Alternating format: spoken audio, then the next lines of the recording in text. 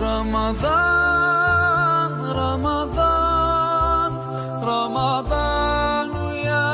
حبيب اعوذ باللہ من الشیطان اللعین الرجیم بسم اللہ الرحمن الرحیم دعاہ علیہ السلام اذا دخل شہر رمضان وکان من دعاہ علیہ السلام اذا دخل شہر رمضان الحمد للہ الذی ہدانا لحمدہ وجعلنا من اہلہ لنکون لإحسانہ من الشاکرین ولیجزینا علی ذلک جزاء المحسنین۔ صحیفہ کاملہ کی دعا نمبر 44 یہ وہ دعا ہے جس میں امام علیہ السلام نے استقبال ماہ رمضان کیا ہے، اور جب یہ مبارک اور محترم مہینہ آتا تھا تو امام اس کے استقبال میں اس دعا کو پڑھتے تھے۔ اس دعا سے اندازہ ہوتا ہے کہ امام کی نظر میں اللہ کے اس محترم مہینے کی کتنی زیادہ اہمیت تھی کہ آپ نے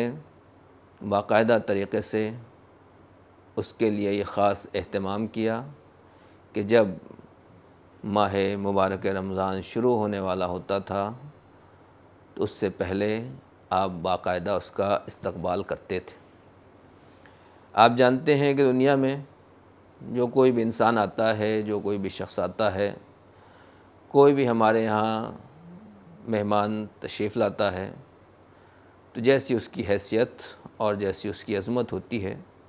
اسی اعتبار سے اس کا استقبال بھی کیا جاتا ہے، اسے ویلکم، خوش آمدید کہا جاتا ہے، اس کے لیے آنکھیں بچھائی جاتی ہیں، پھول بچھائے جاتے ہیں، پھولوں کی بارش ہوتی ہے، گل بارانی ہوتی ہے، اور بہرحال اس کی شخصیت، اس کے کارنامے کے اعتبار سے لوگ اس کا استقبال کرتے ہیں۔ جب وہ جاتا ہے تو ایسا نہیں ہے کہ استقبال کیا گیا مگر جاتے وقت اس کو سی آف نہ کیا جائے، الوداع نہ کہا جائے، بلکہ اگر آنے کے بعد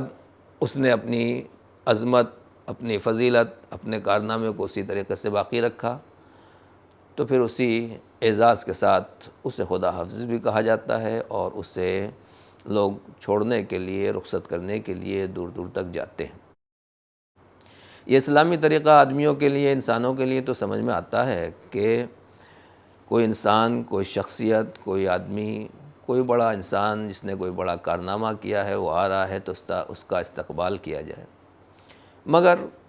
ہر روز صبح کے وقت سورج نکلتا ہے، شام کو ڈوب جاتا ہے، رات آ جاتی ہے، اور اس کے بعد رات ڈھلتی ہے، پھر دن آ جاتا ہے۔ یہ سلسلہ جب سے اللہ نے اس زمین کو، اس کائنات کو بنایا اس وقت سے چل رہا ہے۔ تو ظاہر سی بات ہے کہ ہر روز ویسے ہی سورج نکلتا ہے، ویسے ہی سورج ڈوبتا ہے، ویسے ہی دن ہوتا ہے اور ویسے ہی رات ہوتی ہے، ان دونوں میں کوئی فرق نہیں ہوتا۔ لیکن عزیزان گرامی، یہ دنیا کے نظر میں اور دنیا کے لوگوں کی نظر میں ایسا ہی ہے کہ جیسے سورج کل نکلا تھا ویسے ہی سورج آج نکلا ہے، اور ان دونوں میں کوئی فرق نہیں ہے۔ لیکن جس مالک نے، جس کائنات کے پروردگار نے سورج کو بنایا ہے، زمین اور آسمان کو بنایا ہے، وہ مالک جانتا ہے کہ یہ آج کا سورج جو نکل رہا ہے اس کی کیا اہمیت ہے، اب جو یہ دن آ رہا ہے اس میں کیا فضیلت ہے۔ لہذا پروردگار نے سال میں 12 مہینے بنائے، اور ان 12 مہینوں میں 4 مہینے محترم قرار دیے۔ لیکن ماہ رمضان اگرچہ ان محترم مہینوں میں نہیں ہے، اس مہینے کو اللہ نے، پروردگار عالم نے کچھ اور خاص فضیلت اور عظمت عطا فرمائی۔ اس طریقے سے کہا جا سکتا ہے کہ مہینے، سال کے یہ 5 مہینے بے حد محترم ہیں، جس میں 4 ماہ حرام ہیں اور 1 ماہ رمضان المبارک۔ لہٰذا جب یہ مہینہ آ رہا ہے جو اللہ کا مہینہ ہے، جسے پروردگار نے اپنا مہینہ قرار دیا ہے، تو ظاہر سی بات ہے کہ ماہ رمضان کا سورج نکلنے کے بعد یا ماہ رمضان المبارک کا چاند دکھائی دینے کے بعد اب یہ عام دن نہیں ہے، یہ عام رات نہیں ہے، یہ عام وقت نہیں ہے، بلکہ اللہ کی طرف سے کچھ خاص رحمتوں کا نزول ہے۔ اب جب پروردگار کی طرف سے خاص عنایت ہے بندوں کے اوپر، زمین کے اوپر، اور رحمتوں کا نزول ہے، تو پھر جو اللہ کا بندہ ہے، جو ان رحمتوں کو پہچانتا ہے، جو ان عظمتوں کو پہچانتا ہے، جو اس دن اور رات کی فضیلتوں کا احساس رکھتا ہے، پھر وہ دل سے اس کو استقبال کرتا ہے اور اپنی طرف بلاتا ہے، اسے ویلکم کہتا ہے۔ لہٰذا امام سجاد علیہ السلام نے ماہ رمضان کی اسی عظمت کے پیش نظر اس کو استقبال کیا، اس کا استقبال کیا، اسے بلایا، اور اس کے لیے امام باقاعدہ دعا پڑھا کرتے تھے، اور اس دعا کا آغاز ہوتا ہے الحمدللہ الذی ہدانا لحمدہ۔ تمام تعریفیں اس اللہ کے لیے ہیں جس نے ہمیں ہدایت دی ہے۔ کس بات کی ہدایت دی؟ لحمدہ، ہمیں اس نے اپنی حمد کی ہدایت دی ہے۔ سب سے پہلی بات تو کسی کی بھی تعریف کرنا، اس کا نام ہوتا ہے مدح۔ جہاں آدمی اختیاری بے اختیاری طور کے اوپر کسی کی تعریف کر بیٹھے، اچانک کوئی اچھی چیز دیکھی اور انسان کی زبان سے تعریف نکل گئی بے اختیاری طور کے اوپر، تو جہاں اپنے ہاتھ میں اختیار نہ ہو اسے کہتے ہیں مدح، اور جہاں کے اوپر عمل اختیاری ہو اس کو حمد کہا جاتا ہے دین کی زبان میں۔ لہٰذا کسی کی مدح اور تعریف کرنا یہ الگ ہے، اور حمد کا درجہ اس سے بلند اور اس سے برتر ہے۔ اور ظاہر سی بات ہے کہ ہم جو کچھ بھی اللہ کی پروردگار کی تعریف کر رہے ہیں یہ اختیاری طور کے اوپر ہے، مگر اس کا اختیار بھی ہمارے ہاتھ میں نہیں ہے، بلکہ مالک اور پروردگار کے ہاتھ میں ہے کہ اس نے ہمیں اختیار دیا ہے اور ہمیں بتایا ہے اور ہمیں اجازت دی ہے کہ تم میری مدد کر سکتے ہو، ورنہ در حقیقت اختیار بھی اسی کے ہاتھ میں ہے۔ لہٰذا یہ حمد در حقیقت اسی کی حمد ہے، اور وہی واقعی حمد کا مستحق ہے، اس کے علاوہ ایسی تعریف دنیا میں کہیں نہیں کی جا سکتی۔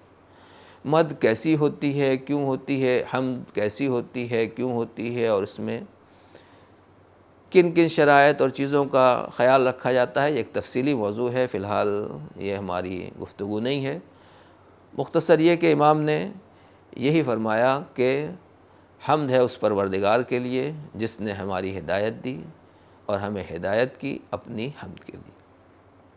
آپ قرآن مجید بھی شروع کرتے ہیں تو قرآن مجید کا پہلا سورہ بھی شروع ہوتا ہے بسم اللہ الرحمن الرحیم، الحمدللہ رب العالمین۔ شروع کرتا ہوں اللہ کے نام سے جو نہایت رحم کرنے والا، بڑا مہربان اور رحیم ہے۔ تمام تعریفیں اور ہر طرح کی حمد للہ، اللہ کے لیے ہیں، رب العالمین، جو عالمین کا رب ہے۔ تو گویا پروردگار عالم نے اپنی کتاب کو بھی اسی لفظ حمد سے شروع کیا ہے، اور ہر جگہ اسی لفظ حمد کی آپ جہاں کہیں بھی دیکھیں گے تو پورے کے پورے لفظ حمد کے اوپر ہی ہر طرح کی عبادت اور بندگی کا دار و مدار ہے۔ یہ سورہ الحمد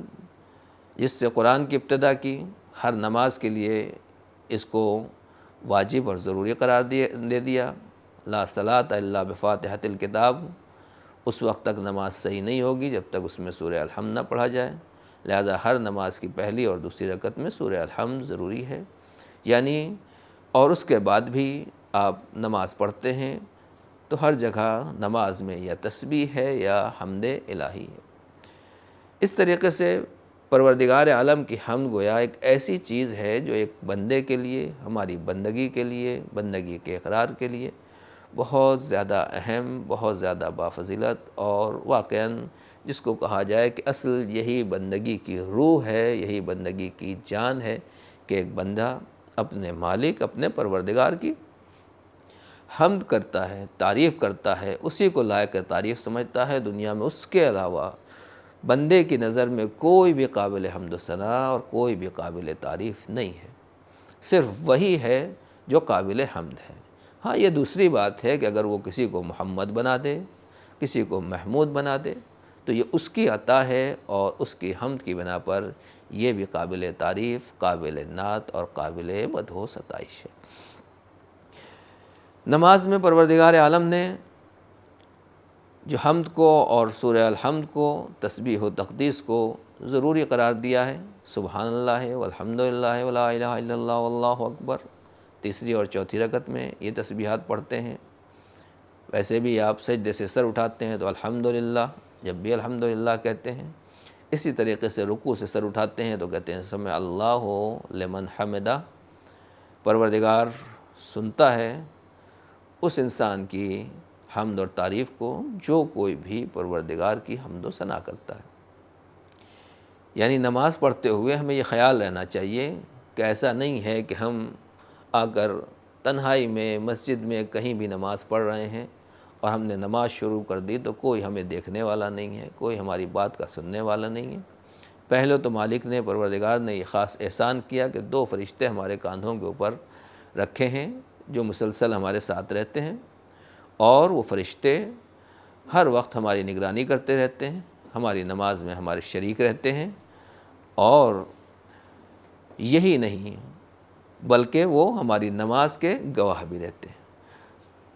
تو جو کچھ بھی ہم نماز پڑھتے ہیں، تیز پڑھ رہے ہیں، فاسٹ پڑھ رہے ہیں، سستی میں پڑھ رہے ہیں، کاہلی میں پڑھ رہے ہیں، یا خلوص اور خشوع و خضوع کے ساتھ یہ نماز ادا ہو رہی ہے، یہ سارے کا سارا ماجرا جو کچھ بھی ہم پوری زندگی میں ادا کرتے ہیں اور کام انجام دیتے ہیں، یہ فرشتے اس کے گواہ ہیں۔ لیکن نماز کے لیے پروردگار عالم نے خاص طور سے یہ اہتمام کیا کہ فرشتوں کی گواہی کے ساتھ ساتھ جب ہم رکوع سے اٹھتے ہیں تو ہم کیا کہتے ہیں؟ سمع اللہ، اللہ نے سن لیا یا اللہ سنتا ہے، لمن حمدہ، جو کوئی بھی اس کی حمد کرتا ہے پروردگار اس کی حمد کو سنتا ہے۔ یعنی اس کا مطلب آپ سوچئے کہ پروردگار نے، مالک نے ان فرشتوں کے ساتھ ساتھ صرف ان فرشتوں کو ہی نہیں چھوڑا ہے بلکہ اپنی ذات کو بھی نماز کا گواہ قرار دیا ہے۔ گویا مالک بتانا چاہتا ہے کہ ایسا نہیں ہے کہ تم میری تعریف کرتے ہو تو میں تمہاری تعریف نہ سنوں۔ یہ دنیا کے لوگ ہیں، دنیا کے کھلاڑی ہیں، دنیا کے سیاست مدار ہیں، دنیا کے پولیٹکس والے ہیں کہ جن کی آپ تعریف کرتے ہیں تو ہو سکتا ہے ان کو پتہ بھی نہیں ہوتا، ان کو خبر بھی نہیں ہوتی، ان کو معلوم بھی نہیں ہوتا، اور آپ تعریف کرتے رہتے ہیں اور ان کے لیے مرتے رہتے ہیں۔ لیکن وہ مالک، وہ رب العالمین، وہ پروردگار وہ ہے کہ جس کے لیے جب تعریف کی جاتی ہے، جس کے لیے ہم زبان کھولتے ہیں، دل میں ارادہ بھی کرتے ہیں، تو وہ پروردگار جانتا ہے اور اسے خبر ہوتی ہے۔ لہٰذا امام نے سب سے پہلے یہی کہا کہ تمام تعریفیں اس اللہ کے لیے ہیں جس نے ہمیں قرار دیا ہے، جس نے ہمیں ہدایت دی ہے اپنے حمد کے لیے۔ یعنی گویا ایک تو حمد خدا سب سے بڑی چیز ہے، دوسری بات یہ ہے کہ ہر ایک کو یہ نصیب نہیں ہوتی، اس کے لیے بھی اللہ کی طرف سے عطا چاہیے، ہدایت چاہیے، اور جس کو بھی وہ دے دے وہی قابل تعریف ہے، وہ لائق مدح و ستائش ہے، اور واقعاً وہی بندہ ہے کہ جو اپنے رب کو پہچانتا ہو، اپنے پیدا کرنے والے کو پہچانتا ہو، اپنے خالق کو پہچانتا ہو۔ جو کچھ بھی وہ رزق دے رہا ہے، رب العالمین ہے، ہمیں پال رہا ہے، ایسا نہیں ہے کہ اس نے پال کے ہمیں چھوڑ دیا ہو۔ جو کچھ بھی وہ رزق دے رہا ہے، وہ رزق مسلسل ہماری زندگی اسی کے اوپر ڈیپینڈ ہے، ہماری زندگی کا دار و مدار اسی کے اوپر ہے، ہمارا سانس کا آنا جانا بھی صرف اور صرف پروردگار کی عطا ہے۔ تو جو کچھ بھی ہے ہمارے پاس وہ بھی اسی کا دیا ہوا ہے، اور جو بھی ہم حاصل کر رہے ہیں یہ بھی اسی کا عطا کیا ہوا ہے، اور اس کے لیے اگر ہم اس کی تعریف کرتے ہیں تو یہ تعریف بھی اسی کی دین ہے۔ امام کہتے ہیں کہ جو مالک اور پیدا کرنے والا ہے، احسان کرنے والا ہے، عطا کرنے والا ہے، اسے فراموش نہ کرو۔ کوئی بھی کام ہونا ہے، خاص طور سے ماہ رمضان کی ابتدا اور شروعات کرنا ہے تو سب سے پہلے اس کی نعمتوں کو دیکھو، اور اس کی یہ سب سے بڑی نعمت ہے کہ اس نے ماہ رمضان تک ہمیں زندہ رکھا ہے۔ لہٰذا الحمدللہ الذی ہدانا لحمدہ، اس تعریف ہے، تمام تعریفیں اس اللہ کے لیے ہیں جس نے ہمیں اپنی حمد کی ہدایت دی ہے۔ والسلام علیکم ورحمۃ اللہ وبرکاتہ۔